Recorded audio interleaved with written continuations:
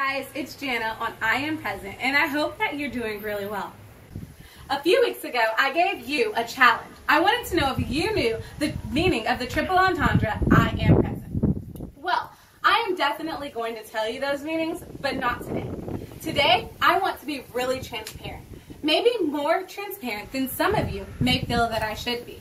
But I am so convicted in being transparent and not just giving you the highlight reel of my life. So here we go. A couple of weeks after I posted my first video talking about how tough marriage had been and all of the feelings that came along with it to even having suicidal thoughts, the enemy began attacking my marriage. I found myself waking up depressed, waking up angry, wanting out. I even used the D word, divorce. I told Mo that I was done. I'd called our realtor and asked, hey, what do we need to do to get our house on the market? I was done.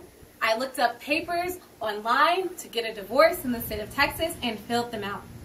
Guys, I was completely done with my marriage. The Sunday after that, we went to church because my niece was dancing. And the pastor got up and spoke, and the title of his sermon was The Covenant of Marriage, or Commitment in Marriage, right?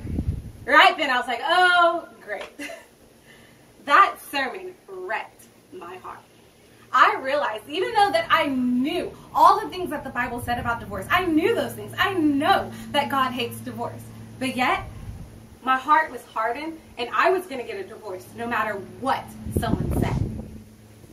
After I left that sermon, I chose and I realized that I was allowing the enemy to control me. I was allowing the enemy to take my heart and make it hard, and I was choosing to be the God of my own life. You see, anytime we choose to do something that we know is not of the Word, we're choosing to be our own God. And that is dangerous.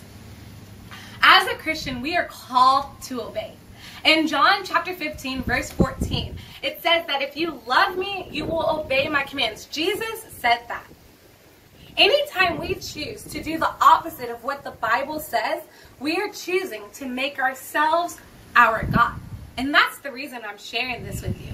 I'm not sharing this with you to just be like, oh, woe is me.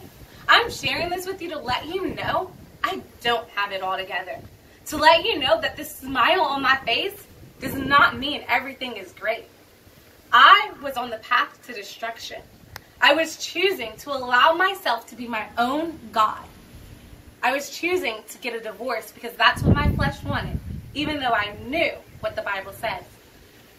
As a Christian, I challenge you to make the resolve to do what the Bible says, even when everything on the inside of you wants to do something else.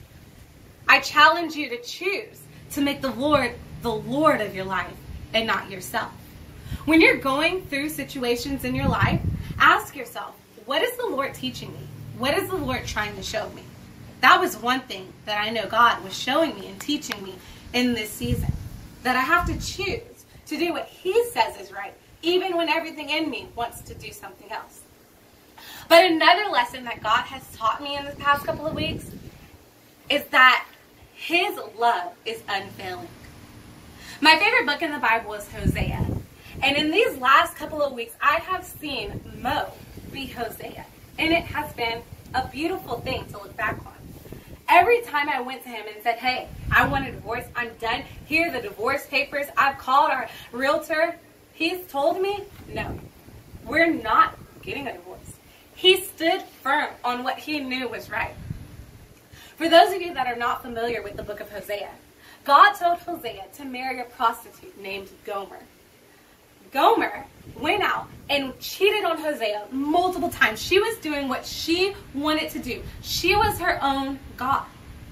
While I wasn't out cheating on Mo, I was still being my own God. I was doing what I wanted to do because I wanted to be done. And I didn't care what anyone had to say. And what's crazy is that God told Hosea, He said, you know what? Yeah, she's going out and she's doing all this, but you are still her husband, and you are to pursue her, and you are to fight for her. Hosea went back after Gomer time and time again, and eventually even had to pay to get her back. Guys, this is beautiful and blows my mind. Because Hosea went and bought Gomer, his wife. She was already his. The book of Hosea is my favorite book in the Bible because it is the gospel in a nutshell. You see, we are God's, regardless of if we are Christians or not. God created us. And he sent his son Jesus to die on the cross to buy us back. He paid the price. So guys, I have two challenges. One, if you are not a Christian, I encourage you to talk to someone.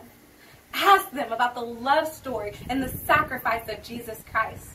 Ask them to tell you about the story of Hosea and how the story of Hosea matches the story of the gospel. And two, if you are a Christian, remember, you are called to obey. Make a resolve to choose to obey.